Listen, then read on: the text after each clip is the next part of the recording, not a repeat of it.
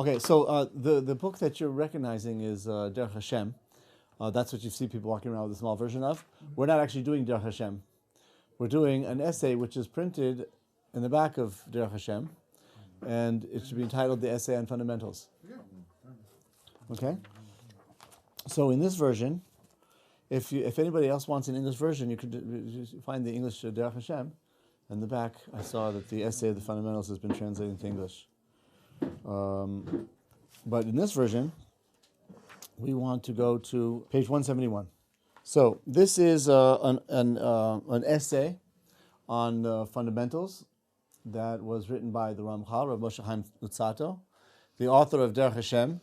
And in many ways, the essentials that he brings here in the essay correspond to major ideas that he actually brings in Derech Hashem.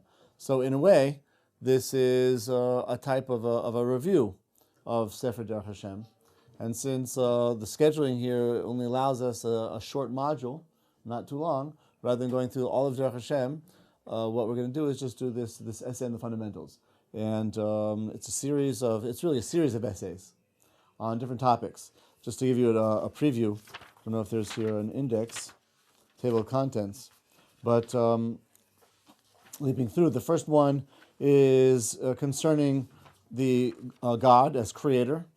The second is dealing with the spiritual realm, the metaphysical realm, the non-physical realm. The third essay is dealing with Torah and mitzvos. The fourth is dealing with gmul, that is reward and punishment. After that, you have an essay here on Gan Eden and Gehinnom. Okay, somebody was asking about that the other day. I think it was you, Aaron, right? Gan Eden and Gehinnom. Is that paradise and hell? Yeah. Then Hashgacha, divine providence. Then a section on Nevuah, prophecy in general, and then specific prophecy of Moshe Rabbeinu. Then you've got a section here on Geula, that is redemption. Then a section on miracles. What's that all about? How does that take place, and how are we to understand them? And then I believe this is the last section. It concludes with a discussion on things having to do with Torah Shabbat Peh, V'Shas, right? The oral Torah and the relationship to the written Torah. Yes, that's correct. That's the last section. So let's get started then on page 171. Well, did you write this in Derech Hashem or something like that? Yes, I said a lot. Like I said, Why you write another book? This is like The boy is spoiled. He has that in Derech Hashem. he does that. Yeah. Well, yeah, like I said just now, that this is the essay in fundamentals in many ways parallels the Derech Hashem. Only it discusses in more concentrated form some of the major themes of the book. So when I'm explaining it, when one learns this, one should have in mind what the Ramchal says about this in Derech Hashem, where in many cases he elaborates it on more fully. Where he doesn't do that, and I'll try to provide what I understand to be the Ramchal's take on these types of things. Okay, so very good. Let's begin. The first one is Baboire Yisbarach, an essay concerning God, understanding God as creator. What you need to know from the outset, before everything else, is Sheyesh Matsui Echad. There is one being. Adon Kol Hanimtzos, who is the master over all things that exist. Shehim Tziom Be'es Sherotza, who brought them into being at the time that he desired. Umekayimam kol zman sheyirtze, and he maintains them as long as he wants. V'sholet behem shlita gemura, he has complete control over them. Hu Eloha yisborach shemo, this is our God, may his name be blessed. Okay. So these are things which a person absolutely must know from the outset. That there is one being, which is the master over all that exists. How did this master, or what's the relationship of this master to all that exists? The point is, he brought them into existence. How long have they been there? The answer is as long as he wanted. It's from the time he created. We don't know when that is. Well, he doesn't necessarily, we don't know when that is, but the point is, creation has been around for as long as he's willed that to be the case, and it will continue to be around for as long as he desires that to be the case, and he has complete mastery over all of this. So, where does this come from? What's the basis for the Ramchal saying this? So, in the beginning, God created. Okay. The Torah tells us this, right? It's elaborated on by the tradition as well. But the Torah doesn't necessarily tell us that there's only one such being. It just said in the beginning, God created. But there might be other gods who did other things. Right? God forbid. Here, it's true that later on in the Torah it says, Shema Yisrael Hashem Elokeinu Hashem Echad. God is one. But the idea that the Ramchal is putting forth here is based on the teachings of the Rambam. And the Rambam writes in Yesodei Torah, in his section in Mishnah Torah, which is putting forth the foundational beliefs of the Torah. The Rambam basically writes the following idea, that it's not our experience that things come into being spontaneously on their own. Things don't spontaneously generate. So that if we're using a table, right, it's not our experience that the table came into being out of nothing or brought itself into being from nothing. Rather, if there's a table, the existence of the table points to somebody, something that fashioned, made, constructed that table, namely the carpenter. Okay? A watch doesn't simply come into being. Its parts don't simultaneously formulate into some system whereby it's able to regulate time. If the watch exists, it's because someone fashioned it, somebody built it, somebody constructed it. That's the watchmaker. Okay? So things don't just come into being. The fact that things to exist actually points to a creator of that thing. In the case of the table, it's the carpenter. In the case of the watch, it's the watchmaker. Okay? Now, if the premise is that things in the physical finite world don't come into being spontaneously of their own, and rather the existence of the thing actually points to its creator, so just like the table points to the carpenter and the watch to the watchmaker, so the carpenter and the watchmaker point to the existence of some other fashioner or creator of them. So you have a scenario where something can be simultaneously a creator and a creation. The watchmaker is the creator of the watch, but it itself was created by something because the watchmaker didn't come here from nothing. So it has a creator. And therefore, that creator can only be a limited creator. It's not the creator. It is a creator. It is a creator, which itself is also a creation, and therefore has a creator. The existence of that creator, let's say in the case of the carpenter, is the carpenter's parents. Press that back button time and time and time and time and time and time and time and time again, you're going to reach the rational conclusion, it would seem, that there must be only one being that brought every other being into existence, that being being the creator of everything, where that creator was itself not created. Because if it was created, then it is simultaneously a creator and a creation, and its creator is the creator. Correct? And that creator would be the creator with the capital C. And if that creator was created, then its creator would be the capital C.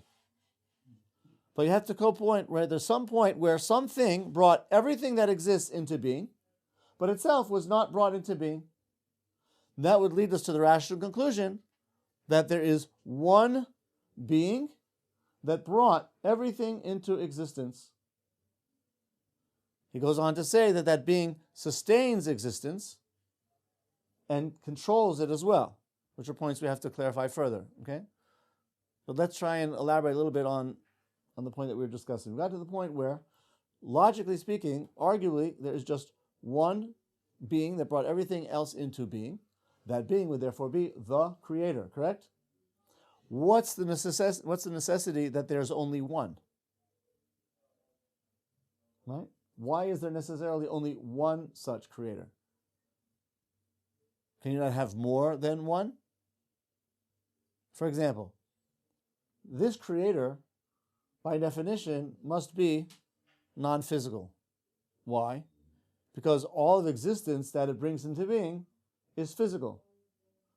But it, being the creator of all that, transcends, obviously, the physical. And therefore, it must be outside of space, and therefore also outside of time, because time is a function of space. Without space, you have no time. Time comes into being through space. So this creator of space is also the creator of time, and must, by definition, be outside of both space and time, because it is the creator of those things. So this creator, you following me, must be non-finite or infinite. Okay? So since rationally speaking, this creator is non-finite or infinite, one could make the argument that there is only one. Right? You agree with that argument? I'm going to bite my tongue until I read further. We haven't really read anything at all. That's the point. Yeah? Why is it because it's only one finite, it has to be only one? Why can't you have multiple? Okay. Why can't you have multiple infinite beings? Multiple infinite beings? That's what I'm asking. Who says there's only one? Why can't there be multiple? If you tell me that infinity, by definition, is exclusive, there can only be one infinity, right? Infinity plus anything finite is, by definition, infinity, and infinity includes everything, so that infinity is actually like mutually exclusive. There can, by definition, be only one infinity. I'll argue that that's not the case. Use a mathematical model. Okay, use math, for example. A line represents infinity. No beginning and no end. How many parallel lines can you have? An infinite number of infinities. So you see that just because something is infinite doesn't preclude other infinities to exist simultaneously. You can have an infinite number of parallel infinities. So even if we go from the realm of finite to infinite, why does the author assert that there must only be one such being that brought all of creation into existence? Can't there be a multiple number of beings that did that? Just because you transcend from the finite to the infinite doesn't preclude multiplicity. Following? That would contradict the idea that the infinite being controls everything. Because if every infinite being controls everything, then nothing controls anything. Very good. So that's why, before even going on to those details, right, I'm trying to explore the first premise. Because if what we're saying about the first premise, this question would then call into question what he says right afterwards, which is that he sustains it and controls it. It. So, the way of reconciling this is that it's true that when you transcend from the finite to the infinite, you're in a realm where there might be parallel infinities. In fact, an infinite number of parallel infinities. You are no longer in the finite realm. You're in the realm of the infinite. There is an infinite number of infinities. But all of those infinities are what I want to call relative infinities.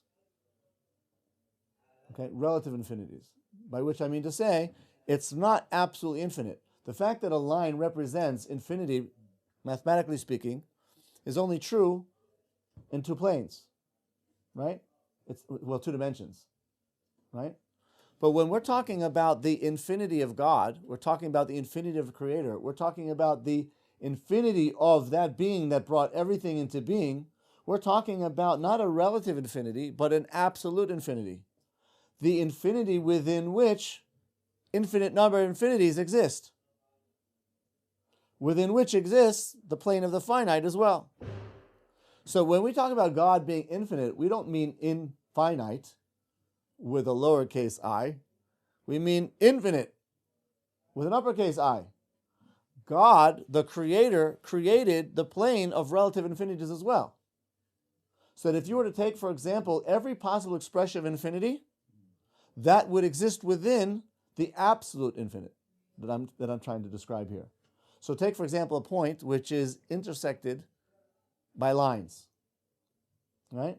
The result would be the absolute infinity that I'm trying to describe, or at least the absolute number of lines that would intersect the absolute number of points, or the infinite number of lines that would intersect an infinite number of points would create an absolute infinity. All relative infinities would be absolved within that larger infinity. That's what we're talking about when we're talking about the Creator. So what is this realm of the relative infinite? It's neither finite nor absolutely infinite. It's relatively infinite. What's that plane? That's the spiritual realm. That's the non-physical realm that exists between the physical world and God. The realm of infinities, but relative infinities. And in that realm, or that realm would contain within it things like the soul, things like angels, things like forces, okay, and all the types of stuff, and all the types of energies and forces that are described as intervening between the divine realm and the physical realm. Insofar as they are non-finite, they are infinite. And in fact, the soul is infinite. An angel is infinite. Energy, good forces, negative forces, infinite. Demons, infinite. Meaning they're infinite. They're not finite, but they're only relatively infinite, existing within the absolute infinity of the Creator, which brought into existence not only the physical world, but also the non-physical, metaphysical world, which is the realm of relative infinities. Okay? God brought that into being as well. God created that as well. Okay? That is what we're talking about, therefore. For this reason, when we're talking about God, there can really only be one absolutely infinite being that brought everything into existence. You might have that. You might have a infinite number of relative infinities, yeah, but they're just relative infinities. You can only have one absolute infinite. Okay. I thought I was lost, but now I'm like really lost. Oh, yeah. Why? What? What's the matter? I think I couldn't follow the infinites. Which one? The relative infinites or the absolute infinite? I don't get what we're talking about. So, shall I put it simply stated? As best as you can. It's not our experience that anything in the physical finite world comes about on its own. If something exists, it points to a fashioner. Press the back button, you're going to get to a point where there's one thing which brought everything physical and finite into the world. That is the Creator. That Creator must, by definition, be non-finite because it created space, and therefore not bound by time either, because time is a function of space, and therefore this Creator is infinite. Infinite, not finite. Why must there only be one? Because even though when you transcend from the finite to the infinite, there can be, let's say, infinite parallel lines, yes, you can have parallel infinities, that would describe a realm which I'm calling arbitrarily a realm of relative infinities. But when we're talking about the Creator of all, the Creator created that realm as well. Not only the finite realm, but the non-finite realm, okay? The infinite realm with the lowercase I, okay? And our Creator, creating not only the finite, but the infinite, is the originator of all, and is therefore outside of even that realm of relative infinities. So the Creator therefore becomes absolutely infinite, and in the realm of absolutely infinite, there can only be one. Okay. Relativity therefore infinity doesn't preclude other infinities. Yeah, that's if it's relative infinity. But something which is absolutely infinite, by definition, precludes the possibility of there being any other thing which is absolutely infinite. I mean absolute to the extent, absolute with no bound, with no end. Is that clear? I mean, is the problem that the logic is faulty or just different? It's me, no. Mm. Okay. What were we gonna say? I mean, I come from a scientific family, so if you start talking about infinite and infinites, then you're discussing infinite possibilities, infinite potential. Yet this world was created bound by certain laws: the law of gravity, the law of time, and an infinite being outside of those laws that has the infinite potential of creating infinite possibilities is, I mean, I can comprehend the idea of the idea, but there's no way I can truly comprehend that idea. Okay. Well, what's I don't think we can grasp an infinite number of possibilities. so that's fine. That's fine. I mean, we can't, and we shouldn't have the we shouldn't have the misconception that we can. It's true that it's open ended once you go into the realm of the absolutely infinite. So it's absolutely beyond our comprehension. That's true. Unless part of what's bothering you is that if you're talking about, as you originally said, that we are in a physical world which does have physical limitations of finity, space, and time, that the originator of that is the absolutely infinite. So are you troubled with the idea that we're kind of delineating a certain place within absolute infinity and imposing upon that limitation, which would become problematic? How can you have finity within I infinity? mean, if you look at the first paragraph in here of this, to bring it back to the book a little bit, in the first paragraph, we are taking this infinite being and labeling him a he. Right away, we're trying to... You can say it. But even if we say it, we're still trying to subjugate it to human terms of understanding. Well, you have no choice other than to call it it. It, he, she, Hashem... we're still trying to label an infinite amount so that we can comprehend it on some basic level. Right. You mean a finite amount? We were trying to label... We're quantifying. We're quantifying Quantifying the infinite. with a label so that we can hope to grasp at straws to comprehend this. And when you start talking about an infinite creator, I mean, for me, okay, so I would go back to the Big Bang. The creator created the Big Bang. Therefore, the creator can create more Big Bangs. The creator may have already created other Big Bangs. We could be a echo of another Big Bang. I mean, I'm looking right here, Echoes of Jerusalem. I mean, there's a book right here saying echoes. So for all we know, we're just an echo. Fine. Of creation. Fine. And a very important echo in God's eyes, but an echo nonetheless. That's all fine. On the open-end side of things, I don't see what's bothering you. I agree that the possibilities are endless. But how can we impose it seems to me that part of what's troubling you is that the kind of converse of all of this is that finity, in a way, has been imposed upon something which is absolutely infinite. How can that be? It's almost as if the infinite being has limited itself in the expression of physical creation. How can that be? And I believe in a creator. I do believe in a creator. And because the creator is infinite, we have the Torah, and I always think that, the Torah was a covenant between man and God. Right. We made a covenant, he made a covenant with our ancestors, and we're carrying and trying to complete this covenant. For all we know, this could be chapter 1 of the covenant. And to take this finite way of connecting to an infinite being, it's I don't know, I find that very narrow in scope sometimes. Mm-hmm. Well, because we are taking a finite limitations. We could have been created in the infinite realm, but we weren't. And discussing last week's that we are connected beyond the physical realm. Right. There is a spiritual side to all this. Right.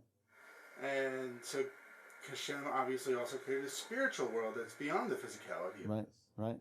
So even that is saying that the physicality that we experience in the universe, the King of the universe, has created a deeper level of understanding that in the last 2,000 years we haven't even been able to comprehend truly, ever since the Fiery Lion. It's hard. It's a hard pill to swallow. Is all I'm saying. Yeah. I can comprehend the idea of a creator, but a creator in my mind might be different than it is in some of the other men's minds sitting at this table. Right. And the only thing that we can come to as a way of sharing this belief in the creator is through the Torah, because it allows us to connect on a level that we can all understand and relate to. I just find it difficult to take a finite object to try to transcend to an infinite level. Okay. So maybe, again, if I'm understanding you correctly, it seems like a corollary of all of this is that we're running into a problem that if the being the being that we're describing as creator is absolutely infinite, then that would result in absolute infinity, creating something finite, the universe, no matter how large that is, right? Infinity plus something finite equals infinity, which means that really we should not exist. Really, we should not exist. How can you impose finity on infinity, or how can infinity create within itself something finite? Nothing can exist within the absolute intensity of God's absolute infinity. The absolute intensity, or the intensity of that absolute infinity, should preclude the possibility of anything other than God to exist. God should not be able to create. Unless there's an infinite number of possibilities and we're living in an infinite number of dimensions or realities. But the physical world seems to be finite. Through human eyes. Right, it seems to be finite, at least through human eyes. But it seems to be finite. So, did God limit itself and it's not in this place? If it's not, then how could this exist in the place of God? It should not be able to. So Kabbalah addresses this, and we've discussed it a little bit in other sessions. The notion of tzimtzum, where tzimtzum is the idea of God's existing equally everywhere, but not with the same intensity, but not with equal intensity. That's basically what it comes down to.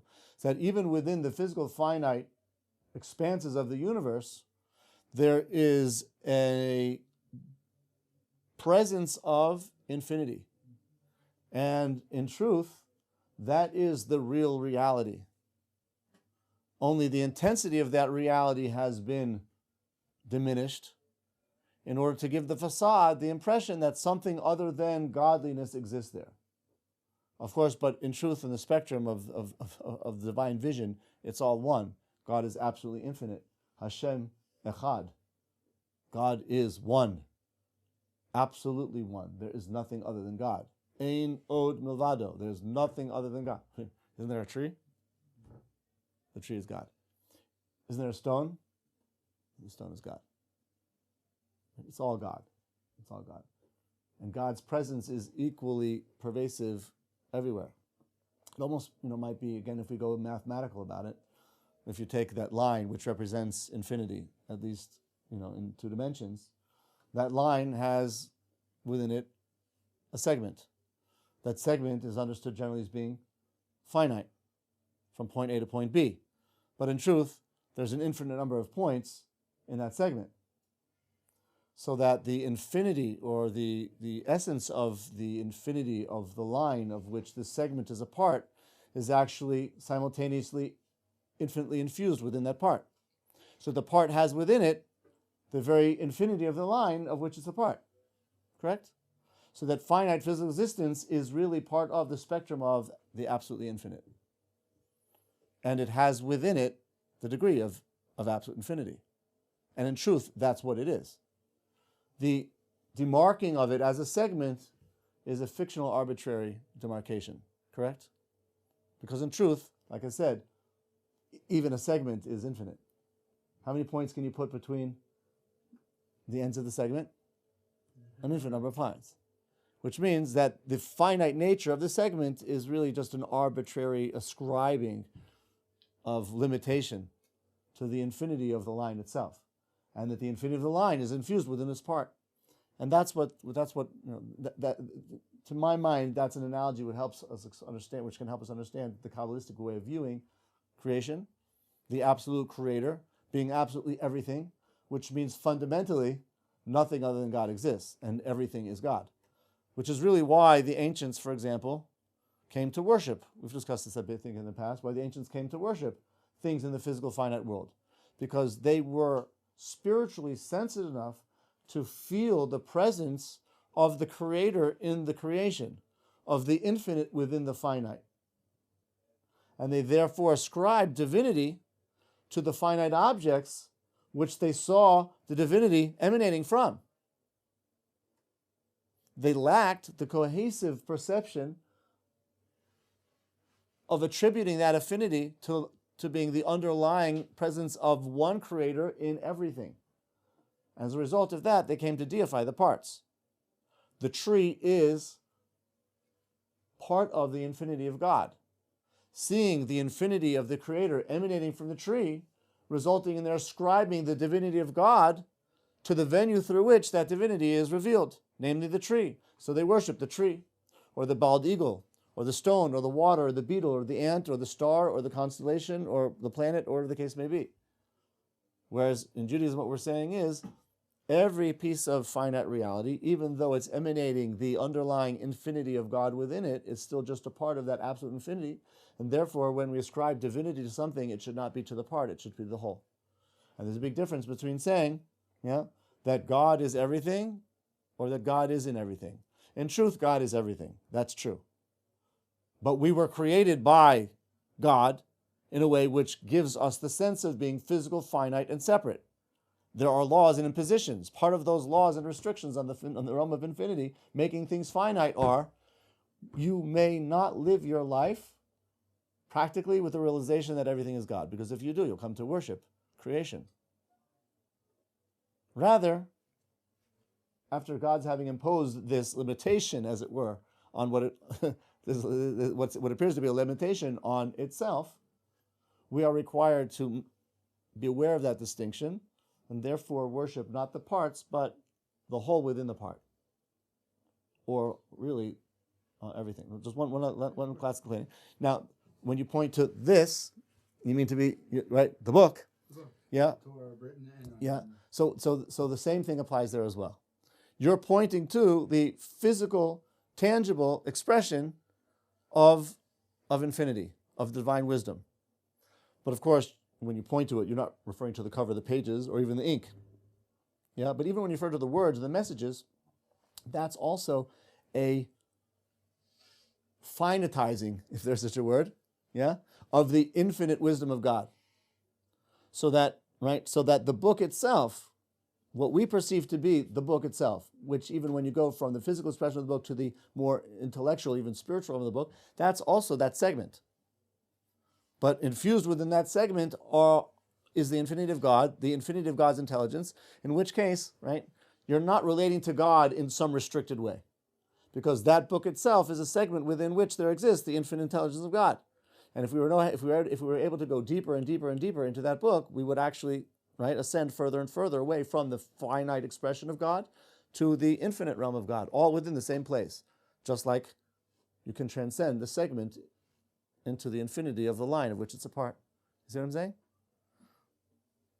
So in this way, the Torah has also undergone what we call tzimtzum. Just like divinity has undergone tzimtzum to create the perception of some physical finite reality is separate from God, so the wisdom of God underwent tzimtzum in its expression through the Torah. And the Torah can be understood on many, many, many different levels, but they all ultimately they all have within it the underlying infinity of God. And as you peel away, level upon level, going higher and higher and higher, you actually get to the same thing. Does that help address your point? Yes.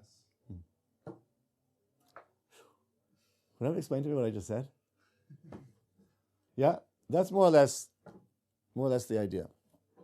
So Ramchal is saying this based on on the what the Ramchal is saying here is well known to be based on what the Rambam writes about these ideas, and I'm just elaborating on what I think the Rambam meant when he wrote what I said in more simple, straight, direct language. Right? But it's all there. In other words, this is part of the Jewish concept of God, of a creator. Okay? Did you follow? Not quite. Not quite? Yes. No, really. No. So what should we do? Talk about it again after class? No. So, is everything in creation bound by law except the one who created the law itself? So it would follow then that yes, if everything is God, then everything is bound by God. And the way you put it was that everything that exists is what is bound by God except for God himself. Right. Yeah. I mean, that raises an interesting question. I mean, could God choose to cease to exist? Negative. No. So God can't. You've just limited God. No, because then that puts a limit on it.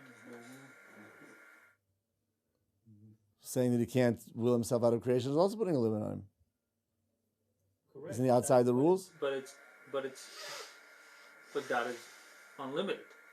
So you can't put a limit onto something that's unlimited. If God is unlimited, then it should be able to will itself out of existence.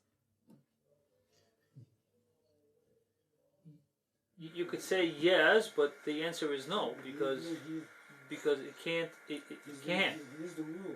He is. If God doesn't, if you say, let's say, God can will creation in and out of existence. So can't Correct. God will itself in and out of No, it existence? can't because if it wills itself out of existence, then nothing else will exist. Right. So God can do everything. Creation is But we then- know it maybe. But again, But itself, creation itself is the limit. right? It's law, like he said, there's a law to it, and nature is bound by laws. You cannot step outside of the laws as much as you want to or you wish to. So God can't step out of laws? That's what I'm saying. You No, said everything. God is the one. Since God is the one who created the law, or He is. You said everything is bound by law other than God. So Then the Creator Himself, itself. yeah, Couldn't the laws change? Yes, and the only one who could change it would be is God. Yeah. That's correct. That's why the govern of. But it sounds like you're saying that God is not bound by the laws, but you're saying that there's a law here which bounds him, namely that he can't will himself out of existence. Well, that's where space and time is. Again, by law, space and time is law. Let's say step one, God wills existence out of existence.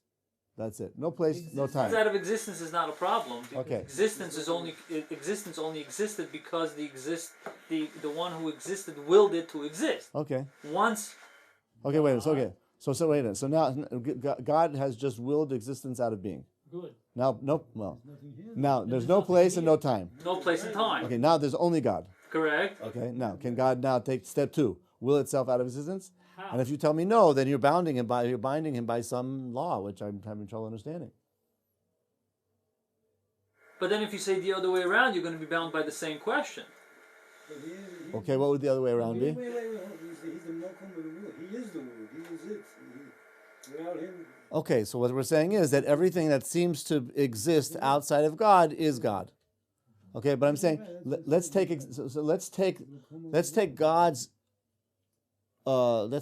God's expression. How should we put this? Let's take the manifestation of God's existence in the form of the world out of the equation by God's deciding to uncreate. Okay? So now there's only God, right? And no creation. Okay? So I'm just asking, what about step two? Can God undo itself?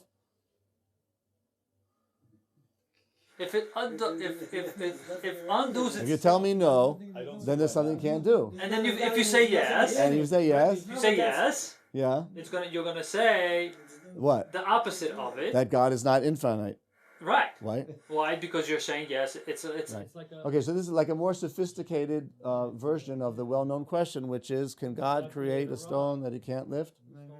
You're familiar with this, right? Can God create a rock that he can't lift? Most people say, of course not. God doesn't need to lift a rock. He just moves with his mind. Yeah, can God create a stone, a physical stone, which it can't lift? So what is your answer? And possibly the answer is no. But then you fall in the trap. Because if you say no, then you've just limited God. Yeah, God can't create a stone. Yeah, so what are you going to say? Well, no, I meant to say God can't create a stone that he can't lift. He could make it. Wait a minute. He can lift it. Oh, The opposite. he can. The opposite. Oh, he can create something. Oh, if he can't create a stone that he can lift, now you create a scenario of something he can't do. Why? He doesn't have to lift the stone. If he wanted to, could he or not? That's the point. So the answer. If the intent is to not lift the stone, then you've accomplished your goal. Yeah, but if he wants to lift, yeah. My answer would be kind of like what I think what Rahman was suggesting as well, which is let's take this simple example. Could God create a stone that he can't lift? Our intuitive response is no. Right? Our intuitive response is no. When we say no to that question, we're not intending to limit God. On the contrary, we are. Well, I'll put it this way, right? We're expressing our understanding that there can be no such stone which he could not lift. When we say God can't create such a stone, we don't mean to say that God can't create the stone. What we mean to say is, we're not limiting God, we're actually expressing his greatness. We're expressing the idea, when we say no to that question, what we're really saying is, there can be no such stone which he can't lift. Meaning any stone that he creates, he can certainly lift. The problem is with the wording of the question, and it throws you into, right? So the same thing, which was yours, right? There can be no, given the reality of God's absolute infinity, there can be no reality in which God does not exist. It's not that God is limited and can't will itself out of existence. On the contrary, God is so great that greatness dictates that it must exist and cannot cease to exist. And God was not, by definition, ever in a state of non-existence, such that it was brought into existence, because if it did, then it would be a creation. And either it was created by itself or something else, in which case it would not be that absolute creator. So by definition, the absolute being that brought everything into existence itself must never have been brought into being. Where it came from, we don't know. It's beyond our comprehension. It's in the realm of the absolute infinite and beyond our ability to understand. But one second. But if it were able, as it were, to will itself out of existence, that would actually express a limit to the being which does not exist, which its perfection precludes. Which means, right, by definition, God cannot not exist, not because God can't will itself out of existence, but because God is so great that there can be no reality that God does not exist. So we're not limiting God. On the contrary, it's an expression of our perception of its greatness. Yeah. What were we going to say? I was going to say, we metaphorically speak of a stone. Can God create a stone that he can't lift? What made me think, what I just thought when you said that, is as human beings, God created us with the choice to believe in him or not to believe in him. Right. Can God create a heart of stone so heavy that he can't change it to believe in him?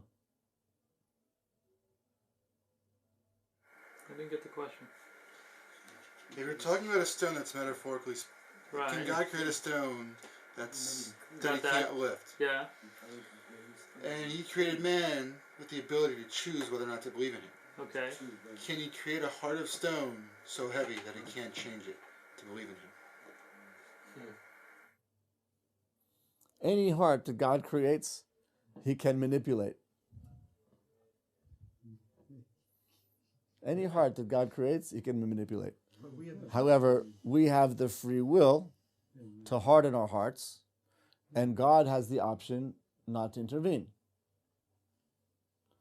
But God can always intervene, right? Either way. God can also intervene to harden the heart. Like we saw at Pharaoh. Pharaoh hardened his heart several times before God started hardening the heart. Right? Once Pharaoh hardened his own heart several times, so he basically forfeited free will. And that apparently became a tool for the fact that God hardened the heart. On the other hand, God can also soften a person's heart as well. And I believe our sources say that God will circumcise our hearts at some time in the future, as a reference to the fact that we will do tshuva and return to God. Right. Interesting question, interesting discussion. This is all, I guess, really in just one sentence. We actually haven't finished the first paragraph. But maybe in the minute or two we have left, let's try and finish off the paragraph. Sheyesh motzu echad odon kol hanimtzos. He is the master over all that exists. Why? Shehim tziyam. Because he brought them into being.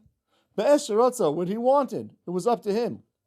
Implying that creation was not just some natural result of the aspect of the divine, but it was an actual conscious decision on the part of the design, of the divine.